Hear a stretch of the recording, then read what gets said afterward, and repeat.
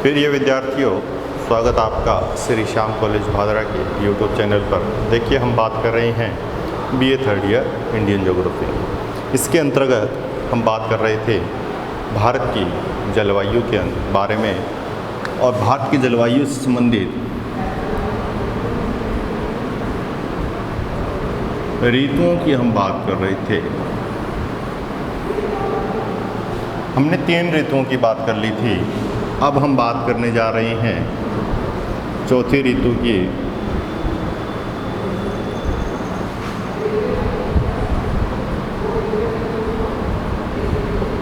लगभग मार्च तक का समय रहता है। दिसंबर से फरवरी तक का है, मार्च तक का भी रहता है।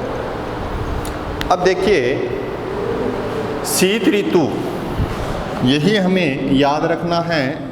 जो रोटेशन था, किस समय कब कौन सी ऋतु,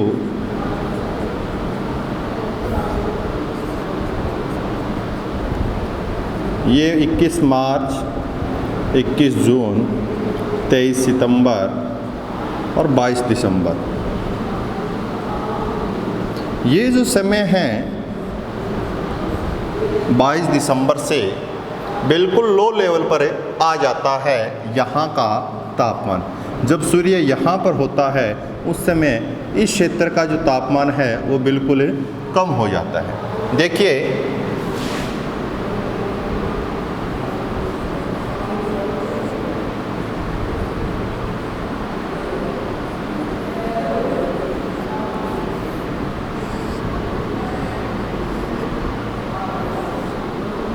सूर्य अब यहाँ पर है नीचे की ओर, तो यहाँ पर तापमान में जो परिवर्तन आता है वो तापमान में परिवर्तन कैसे आता है। देखिए, ये कर्क रेखा है और कर्क रेखा का निचला भाग दक्षिण और ये उत्तर। इस उत्तरी भारत में तापमान तेज़ी से गिरना शुरू हो जाता है, क्योंकि ये जो क्षेत्र है ये पहले से ही शीतोष्ण कटिबंध के क्षेत्र में आता है और नीचे का क्षेत्र क्या है, उष्ण कटिबंध के क्षेत्र में आता है। अब इस उत्तरी भाग में तापमान क्या होता है, जब सूर्य मकर रेखा पर होता है तो यहाँ पर तापमान शीत ऋतु में क्या होता है, तेज़ी से गिरने लगता है। जो तापमान ग्रीष्म ऋतु में 45 से 50 डिग्री सेल्सियस होता था वो अब नहीं रहता है। अब क्या होता है, यहाँ का तापमान 8 से 20 डिग्री औसत तापमान के रूप में पाया जाता है। कई बार किसी क्षेत्र में क्या होता है, -1 degree Celsius, 0 degree Celsius, 2 degree Celsius, इस प्रकार से भी देखने को मिलता है। मैदानी क्षेत्र में इस प्रकार का दिखाई देता है आपको, लेकिन पर्वतीय क्षेत्रों में ये तापमान इससे भी क्या पाया जाता है, कम पाया जाता है। जो हिमालय का क्षेत्र है वहाँ पर तापमान इससे भी कम पाया जाता है, जिससे बर्फ़ के रूप में वहाँ पर वर्षा भी होती है और वहाँ का जो धरातल है वो पूरी तरह बर्फ़ से ढका हुआ रहता है। लेकिन तापमान देखे हैं तो दक्षिण की बात करेंगे तो दक्षिण में तापमान क्या रहता है, लगभग 20 डिग्री से 25 डिग्री सेल्सियस के आसपास तापमान दिखाई देता है। ये जो तापमान में परिवर्तन यहाँ दिखाई दे रहा है, ये किस कारण है, ये यहाँ पर हमने प्रदर्शित किया है उष्ण और यहाँ पर प्रदर्शित किया है हमने शीतोष्ण। ये बहुत ही महत्वपूर्ण कारक है इफेक्ट डालने के लिए, किस पर, तापमान पर। दूसरी हम बात करते हैं कि इसके आसपास का क्षेत्र क्या है। इसके आसपास का क्षेत्र समुद्री क्षेत्र है, सागरीय क्षेत्र है। तो सागरीय क्षेत्र का कोई स्थल पर प्रभाव पड़ेगा, वो किस प्रकार पड़ेगा, समकारी प्रभाव पड़ेगा। कोई मतलब फ्लक्चुएट ज़्यादा नहीं होगा, तापमान बिल्कुल सम रहेगा। अगर हम जल भाग से दूरी बनाकर रखेंगे तो वहाँ पर किस प्रकार का प्रभाव दिखाई देगा, विषमकारी प्रभाव दिखाई देगा। तो ये कारक भी इफेक्ट करता है। तो शीत ऋतु में तापमान दक्षिणी भारत में लगभग 20 से 25 डिग्री सेल्सियस और उत्तरी भारत में तापमान लगभग 8 से 20 डिग्री सेल्सियस पाया जाता है। जब तापमान में ये बदलाव दिखाई दिया है तो हम बात करेंगे वायुदाब की। वायुदाब की बात करते हैं तो वायुदाब तापमान के विपरीत दिशाओं में प्रदर्शित होता है। विपरीत दिशाओं में प्रदर्शित होने से तापमान जैसे बदलता है, वायुदाब भी वैसे ही बदलता है। यहाँ का तापमान कैसा हो गया? कम हो गया।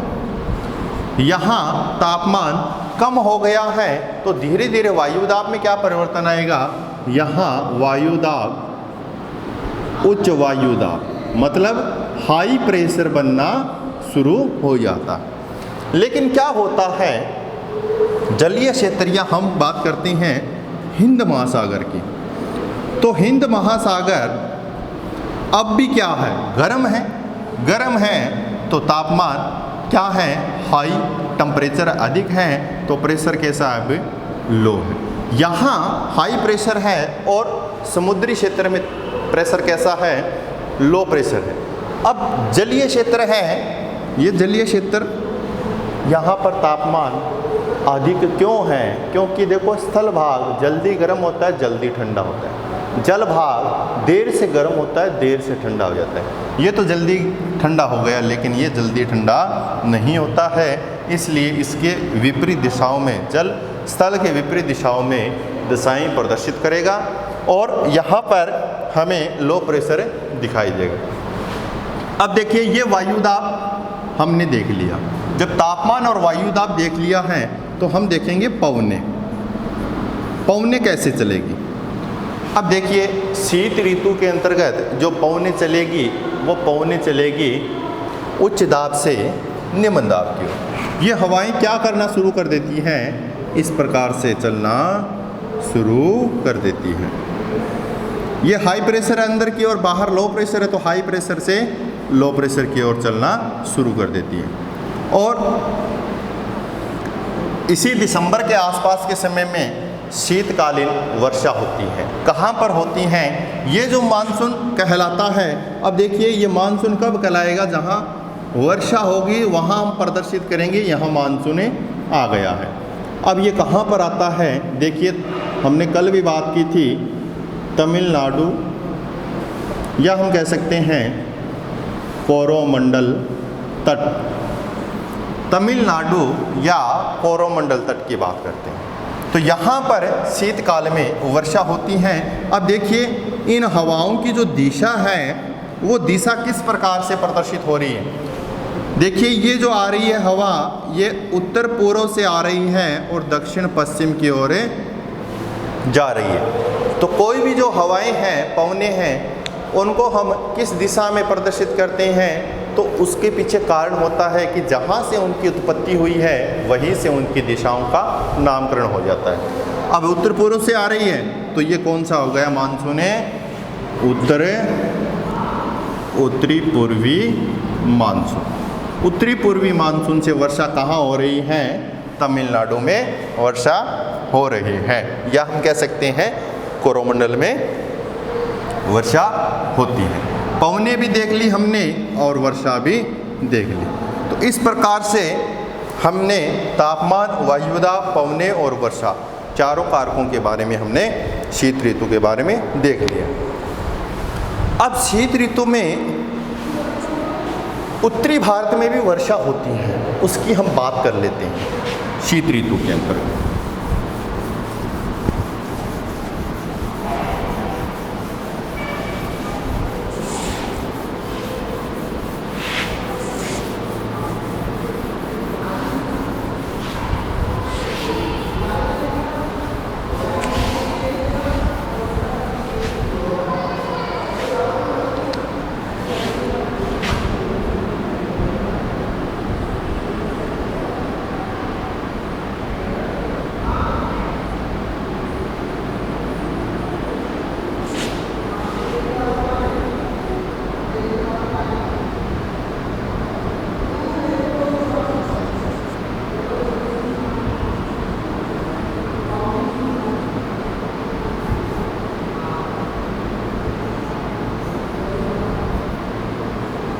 ये देखिए एक शब्दावली लिख रहा हूँ यहाँ पर।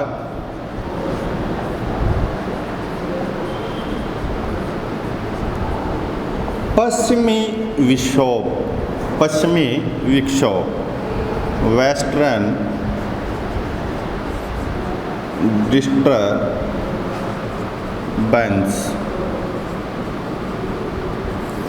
वेस्टर्न डिस्टर्बेंस या पश्चिमी विक्षोभ। ये शब्दावली क्या है? हम बात करेंगे शीतकाल की, शीत ऋतु की। और शीत ऋतु के अंतर्गत क्या होता है, ये जो क्षेत्र है ये भूमध्य सागर का क्षेत्र। कौन सा क्षेत्र है? भूमध्य सागर का। कर्क रेखा है, कर्क रेखा से क्या होता है, एक हवा इस प्रकार से आती है, दूसरी हवा इस प्रकार से जाती है। तो याद रखना, भूमध्य सागर का जो क्षेत्र है, इस भूमध्य सागर के आसपास के क्षेत्रों में वर्षा हमेशा शीतकाल में होती है। किस काल में होती है? शीतकाल में होती है। और किन पवनों के द्वारा होती है? पछुआ पवनों के द्वारा यहाँ पर वर्षा होती है। यहाँ पर भूमध्य सागर में चक्रवात उत्पन्न होते हैं, शीतोष्ण कटिबंधीय चक्रवात। किस प्रकार के चक्रवात? शीतोष्ण कटिबंधीय चक्रवात उत्पन्न होती हैं। यहाँ से चक्रवात उत्पन्न होते हैं, वर्षा होती है। लेकिन इससे क्या लिंक है ये देखिए। हमने मानसून के दौरान एक जेट की बात की थी, पछुआ जेट स्ट्रीम। ये पछुआ जेट स्ट्रीम क्या कार्य करती है कि यहाँ पर जो चक्रवात होता है, ये चक्रवात कहाँ पर विस्थापित कर देती है? इधर विस्थापित कर देती है पूर्वी एशिया की ओर। पश्चिमी एशिया से, यहाँ यूरोप के क्षेत्र से, यहाँ पर हम बात कर रहे हैं इस क्षेत्र में जो पाकिस्तान का क्षेत्र है और भारत का क्षेत्र है। इस क्षेत्र में ईरान के क्षेत्र में भी, पाकिस्तान के क्षेत्र में भी और भारत के क्षेत्र में, यहाँ से ये हवा यहाँ धकेल देती है इस चक्रवात को। तो इस चक्रवात के साथ साथ में क्या होती है? वर्षा होती है। और वो वर्षा कहाँ पहुँच जाती है? भारत। और किस प्रकार?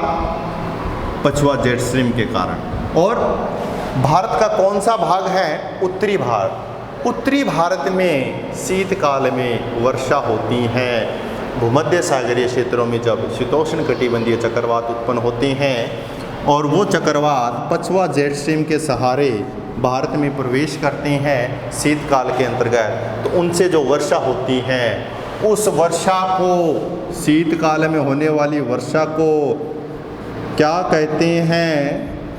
मावट कहते हैं। क्या कहते हैं? मावट कहते हैं। यही क्या है? पश्चिमी विक्षोभ है। क्या है? पश्चिमी विक्षोभ है, वेस्टर्न डिस्टर्बेंस हैं। शीतकाल में जो फुहारों के रूप में वर्षा होती है, राजस्थान की बात करेंगे, जम्मू की बात करेंगे, पंजाब की बात करेंगे, हरियाणा के कुछ क्षेत्र की बात करेंगे, तो वहाँ पर शीतकाल में वर्षा होती है। वो वर्षा मावट के रूप में होती है। और ये वर्षा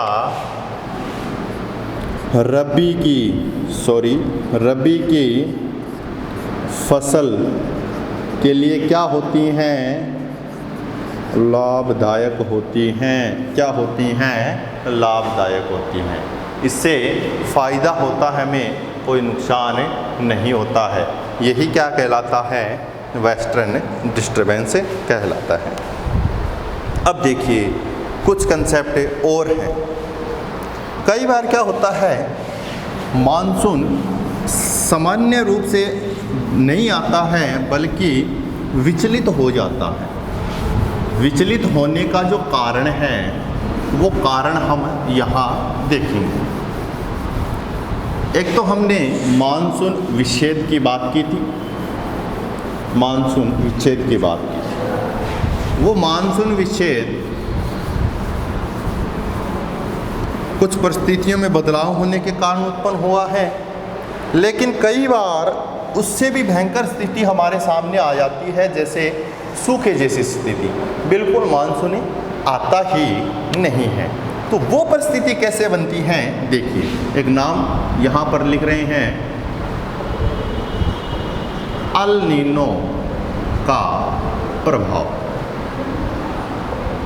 भारतीय मानसून में अल नीनो का प्रभाव ये कैसे उत्पन्न होता है, इसका क्या प्रभाव है, ये चीज़ हम अभी देखेंगे।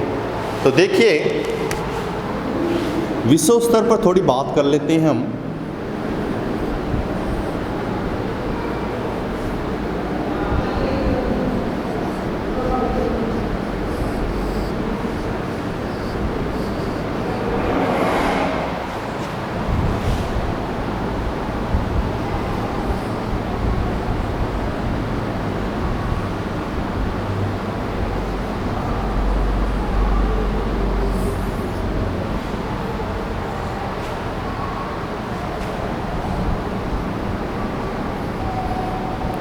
आप समझने की कोशिश करिए कौन से क्षेत्र हैं। पूर्णतः आपको मैप में मिल जाएगा क्या चीज़ थी वास्तविक। अब देखिए, यहाँ पर ये पूरा का पूरा हिंद महासागरीय क्षेत्र है और इधर है ये प्रशांत महासागर है। ये क्या है, हिंद महासागर का क्षेत्र है।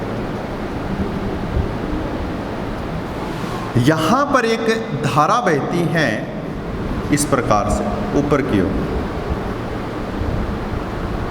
ये धारा बहती है, इसका नाम है पेरू या हम्बोल्ट की धारा। और ये धारा कैसी है, ये धारा है ठंडी। धारा किस प्रकार की धारा है, जल धारा है। कैसी है, जल धारा है। जल जब एक विस्तृत जल राशि एक निश्चित दिशा में, एक निश्चित मार्ग में प्रवाह करती है तो वो एक जल धारा का रूप ले ले।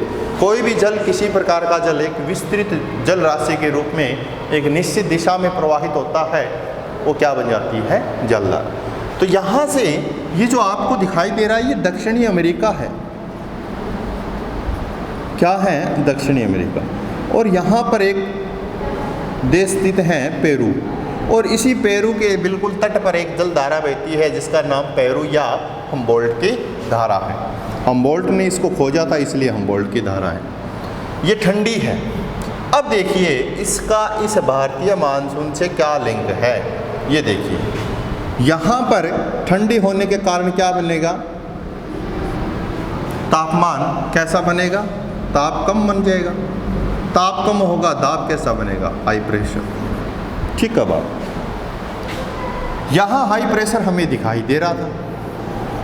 जब ये हाई प्रेशर बन रहा है, ये भी हाई प्रेशर बन रहा है, और यहाँ पर लो प्रेशर बन रहा है, तो ये दोनों हाई प्रेशर मिलकर ज़बरदस्त क्या करते हैं, वर्षा करते हैं, जिसको हम क्या बोलते हैं, मानसून कहते हैं। लेकिन कई बार स्थिति ऐसी नहीं होती है।